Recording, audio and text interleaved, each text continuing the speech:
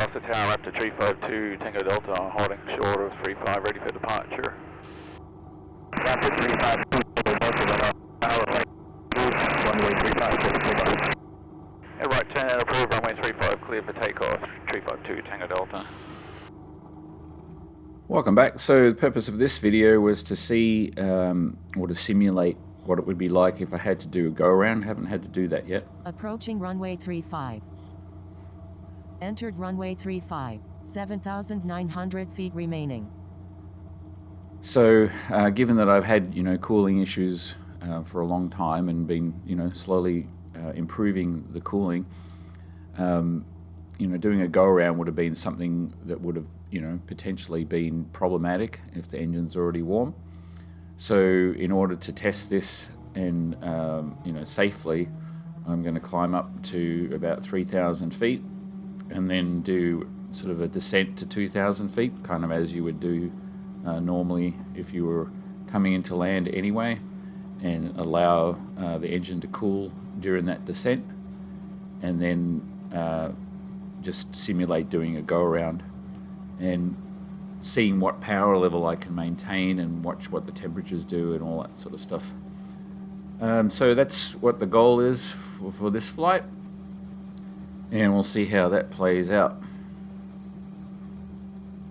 And I'm sure that all the mansplainers out there that love to tell me exactly what I'm doing wrong and what I need to do and all that sort of stuff will have a field day on this one, saying, oh, you're flying your airplane and not being able to do a go around. Oh, how can you possibly do that? Well, at some point, you need to find out, whether your airplane can fly, and if you do have a cooling problem, and if you do, you've got to try and solve it as much as you can, and avoid situations that could potentially get you into trouble. So, I've done a pretty good job up until now. I haven't done anything, too well. Obviously, it's all calculated risk. And I'm using risk management principles to get this whole program done as safely as I can.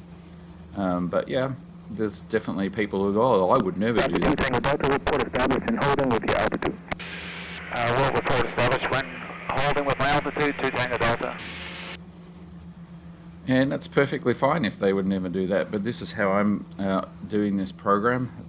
I'm just basically using the principles that I've learnt as an engineer in the software industry to, unit test things as much as I can before putting them all together. And, that's what I did all the way up to doing the first flight, and then, discovered problems then.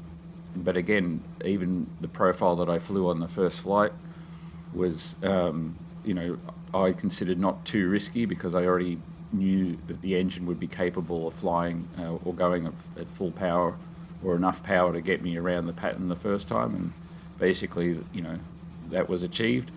And since then I've just kind of kept pushing on. So with respect to the cooling changes, so this if you've been following the last couple of videos, I've now got that oil cooler that's cooling the oil coming back from the redrive in that cowling vent there.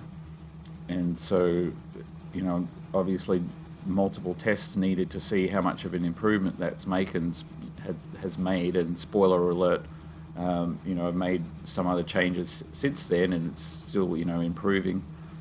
And, I have some more changes to show you in the upcoming videos, but let's not jump ahead right now. So, as you can see with this flight here, I'm 2,000 feet here, and if you look at the elevation profile in the bottom corner there, when I have the cabin view on, you can see there when I get it up to 3,000, I level out the altitude there for a little bit, and then let things sort of just stabilize in terms of temperatures like you would be doing if you were cruising. And then there's the descent. So, but let's skip ahead here a little bit and to that point where I'm ready to do that. And then you can see I'm at 3,300, 3,400, 36. So actually I got a bit higher than what I said. Actually, no, I think I went to 4,000 on this. Yeah, 3,800.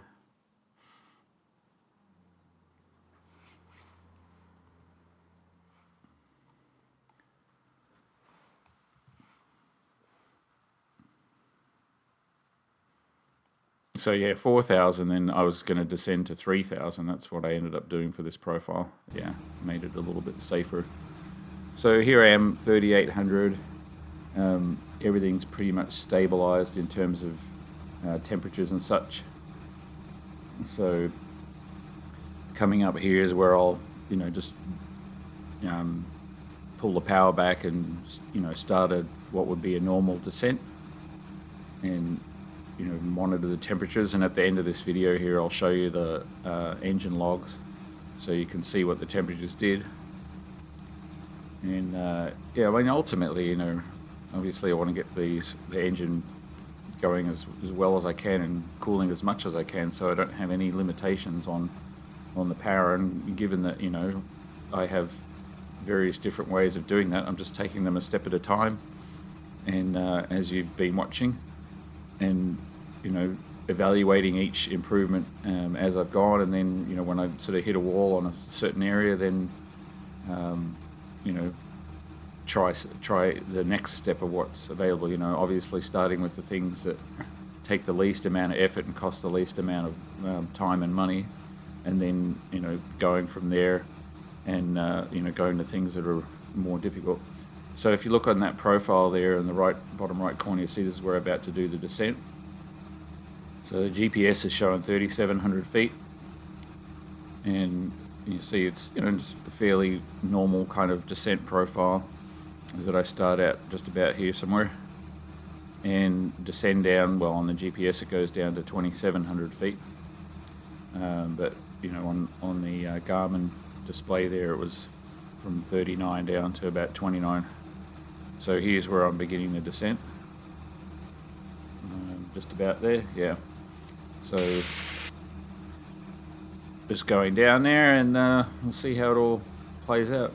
And this evening was pretty nice out. It wasn't as smooth as the day before, but it was decent enough.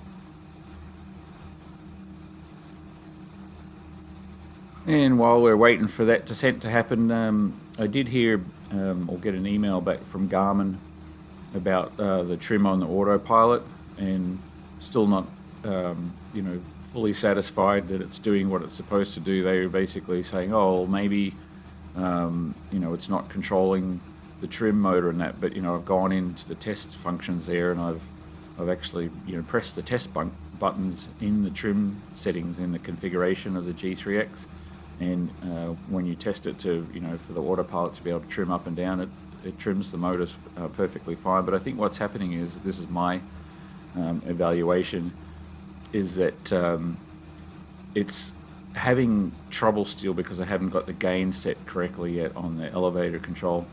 It's having trouble just maintaining pitch, just using the servo, the Autopilot servo, and until it can actually just stabilize the aircraft in pitch, it won't actually activate the trim, or at least that's my understanding. Because if I was the one writing that code, I would write it the way a regular pilot would do, in that you would be holding pressure, and once you've got the aircraft stabilized, then you would put in trim. Now obviously a good pilot would be putting trim knowing ahead of time that they're going to have to do it, but if you didn't know what you were doing in a different aircraft, you would just basically pull until you stabilized, or push until you stabilized the pitch the way you want it, and then you would use trim to take the pressure out. So I'm assuming that that's how the code is written on the Autopilot, and if it can't stabilize the pitch axis,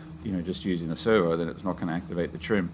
And unfortunately, if that's the way that they've written the code, there's no way to test the Autopilot whether it can activate the trim on the ground, because if it's just sitting level on the ground, and you tell it to pitch up to a certain altitude and climb at a certain vertical speed, then there's no way to simulate that, so it's never going to activate the trim, because it's just going to be saying, well, I'm not, I'm putting in pressure on the elevator, but nothing's happening. So anyway, I emailed the guys back and asked them about that, if that was their understanding about how it worked, but I haven't had a response yet. So this is going to be one of those things, I guess, where I have to send an email and then a week later call, hey, did you get my email? And then they're going to be like, oh, yeah, let me look. Oh, yeah, it's in the inbox. So let me put somebody on it. And then, a couple of days later, you get a reply. So it's kind of like, I know they're overwhelmed there in handling the support for the G3X because, when I called there, they said, oh, yeah, we're slammed and, we just don't, we're working on so many different problems at the same time, and they hadn't even looked at mine when I first sent it to them. And this is a week after sending them the logs that they wanted. So here I am come back to the top of the climb, and as you can see, I've made it without cooking the engine. And, as I said, it was, I think it was 80% power, and you'll see that in the logs at the end. And a reasonable climb rate, not spectacular, but, I'm still making improvements to the cooling, and ultimately you want to get it so I can just basically put full power in and climb out again at full power without any problems. So this is, I guess, what prototype testing is all about. When you're testing a new airframe and a new power plant, you've got a lot of things that you need to test. It's not just like a kit aircraft with an engine that's proven and you just throw it all together and then you go and fly it and oh yeah, this is how it performs and that's what the book says it's supposed to do, blah blah blah. Yeah, it's all easy peasy, but in my case it's none of it's easy, so I've just got to go through it. And as you can see here, and you've probably already noticed, I've got a different camera position there. Some people had asked for a camera position for what the pilot actually sees, so that's basically right up my eye level there, that one that's you can see over there in the right hand side. And this particular Garmin camera that you're looking at right now, I've actually lifted that one up a little bit as well, so it has more of the same eye perspective that I have sitting there. So when you're coming into land, you can see exactly what I'm able to see. And I'm going to be moving the cameras around a little bit. Obviously, up until now, most of the camera positions have had a reason there. If I wanted, because I wanted to see, tufts on the wing or tufts on the foreplane or something else. But as I get a camera free up there, I'll try and position it to, either one of the hard points that I have, or potentially find a new and interesting angle that you haven't seen yet, just to give you a different perspective.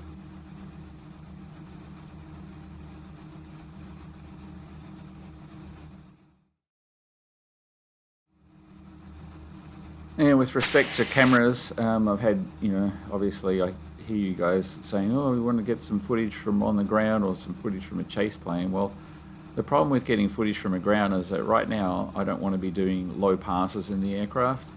And getting a takeoff and or landing means that, somebody has to be standing, well over on the ramp. And in order to see anything that's worth seeing for a rollout or a landing, someone needs to have a decent camera with a zoom lens, and they need to know how to use it. Well, I've got a camera with a zoom lens on it. I don't think it's that fantastic, and I certainly don't have anybody here who I can sort of lean on who's skilled photographer who's going to be able to put in the time and effort to get some decent footage. So, but we'll get something later. But potentially I've got an option for getting some air-to-air footage. So Lloyd, who's my DAR here, he's got his aircraft back operational again now after having to do some maintenance on it, and just going to try and organise a time here where we can do some air-to-air and just put a camera in the canopy of his RV, just pointing in a particular direction and make it, so he can move it around if he needs to, and we'll get some footage. But again, that's not going to be all that great because it's just going to be one of my little Sony cameras, and he's not going to be able to get like super duper close, and those cameras generally have a wide angle, so it's not going to be all that great. Well, Alpha Tower, Raptor 352, Tango Delta is about 3 miles northeast of the field at 4,000 right now. And I'd like to come back for a full stop landing. Raptor 352, Tango Delta, let off the tower, enter a left, correct, enter a right downwind for runway 35, deploy stop in the down. It'll be right downwind for runway 35, 352, Tango Delta. And there was no clouds in the sky really for this evening in order to sort of make an amazing sunset, but nevertheless, it looks pretty nice. So it's definitely one of the advantages of flying at this time of the day. You get the smooth air and you get the pretty views. So, and there's generally not much other traffic around. Yeah, I'm not that excited about this camera view. It's kind of plain, really, but we'll see. That one ends up, looking better there because you can, still see the ground there, the view, because it's at my eye level. And I did a pretty quick descent this time, straight from... Raptor Tower, Raptor 352, Tango Delta is midfield on the right downwind for 35. Raptor 2 Tango Delta, runway 35, clear land. Runway 35, clear to land, 352 Tango Delta. So yeah, I did a pretty steep descent this time. I was pretty much, almost on the downwind at 4,000 feet when I, started the descent. And so it was pretty fun just to come down like that. And, when you pull the power back a little bit and start putting the prop forward again, the aircraft slows down. And, once the gear comes down there, you get a bunch more drag as well. So it doesn't take much effort to get it to slow down. You don't really have to, worry about sort of slipping it or shock cooling or any of that sort of stuff. You just basically point the nose down. If you want to slow down, just start slowly flattening the prop back out, and it will slow you down. So anyway, yeah, as I said, looking forward, I've got another one video that, two videos that you haven't seen yet, or 2 flights that you haven't seen yet. So those will be coming in the next couple of days, and then obviously I'll be flying again this weekend after the additional cooling changes that I did yesterday, and we'll see how those play out. And unfortunately, you're going to be behind in terms of the information, but it's just too much for me to do. If you make an hour worth of video from a flight, and this one was only sort of something 40 minutes long. The next flight was the one that was an hour long. But you fly for an hour, and it takes 5 or 6 hours for me. And I zip through when I'm doing editing. I zip through really quickly, and because I'm not doing a lot of fancy stuff in the video. It still takes me about 5 hours from the time I start offloading the video from my cameras to the time that I've finished uploading to YouTube. And so that's basically a whole day there, just do an hour flight and then do a video from that. It's just unreasonable. And I've still got to do other things in there, all the improvements and stuff that I'm working on. So it's just not possible to get all this done in time. So I'm going to get behind, and I'll just do my best to sort of keep up. And if I get too far behind, then I'm just going to have to sort of skip the flights and stuff. But part of it, I want to actually keep all these videos done, so I've got a record of each flight as well. And 1 mile final runway 35. And not just discard the video because I didn't have time to edit it up. Anyway, so here's my landing coming in, and I know all the mansplainers out there keep telling me I'm coming in low and stuff, but this is what feels comfortable for me.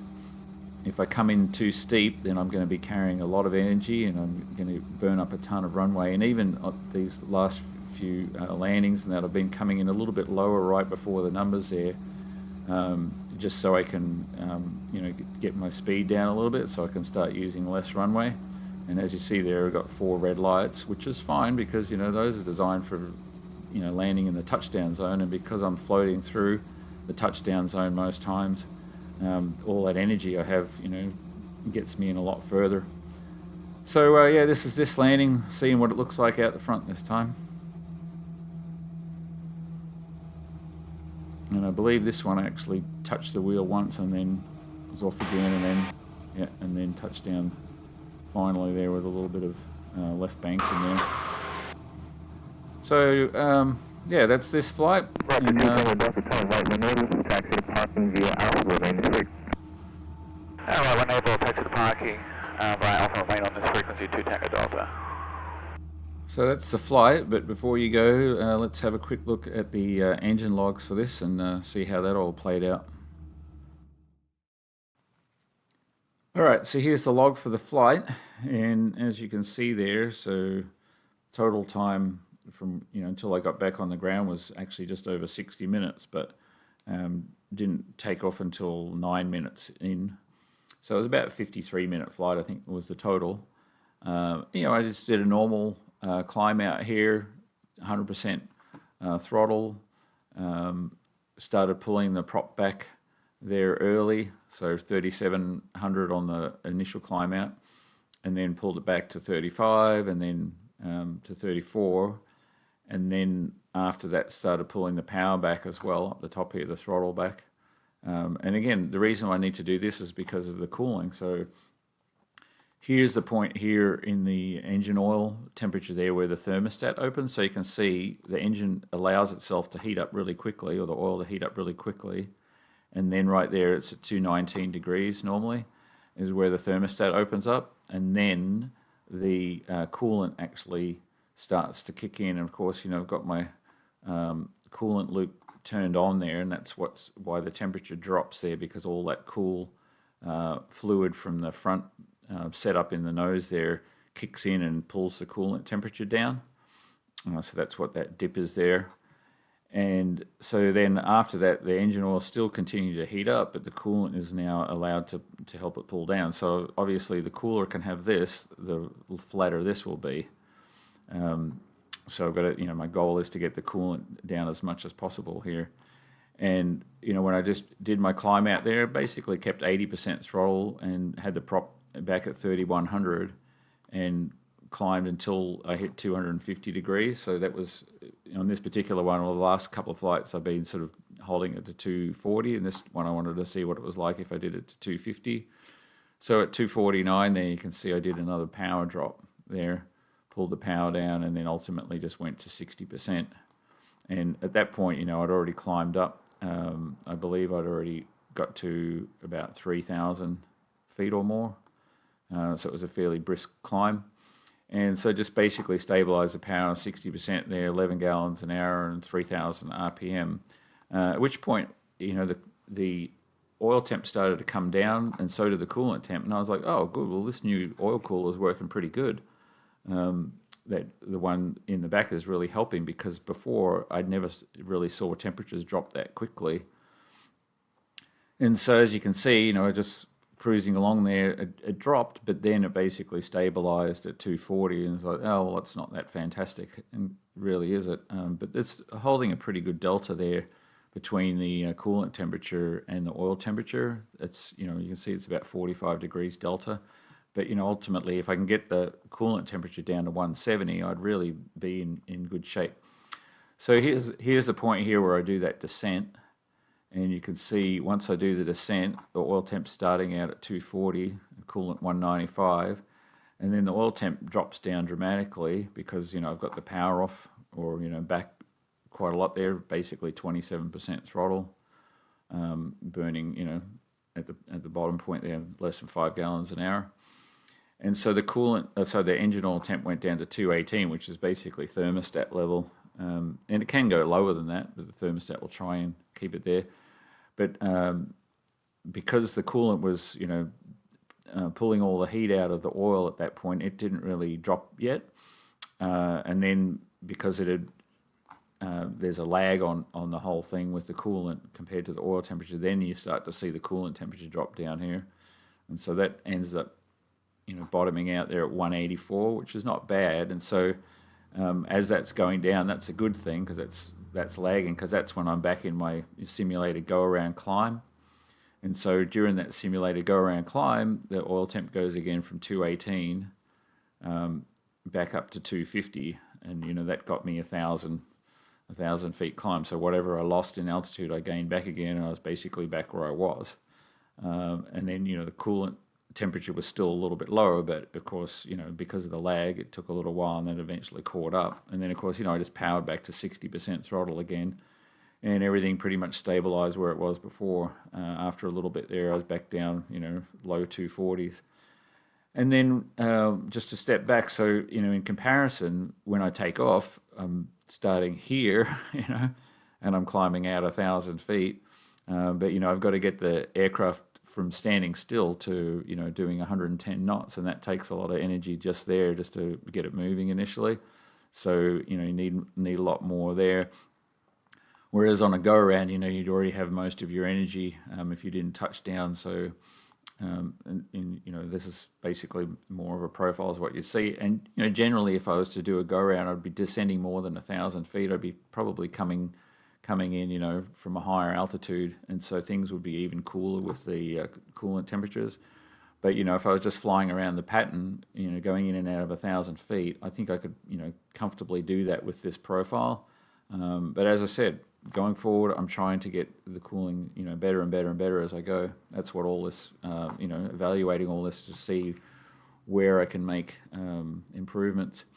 And what happened here, this is where I turned off that front loop there, basically turned the cabin heater off.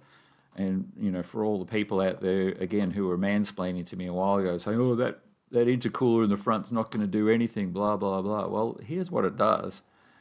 198 degrees is the temperature of the coolant there.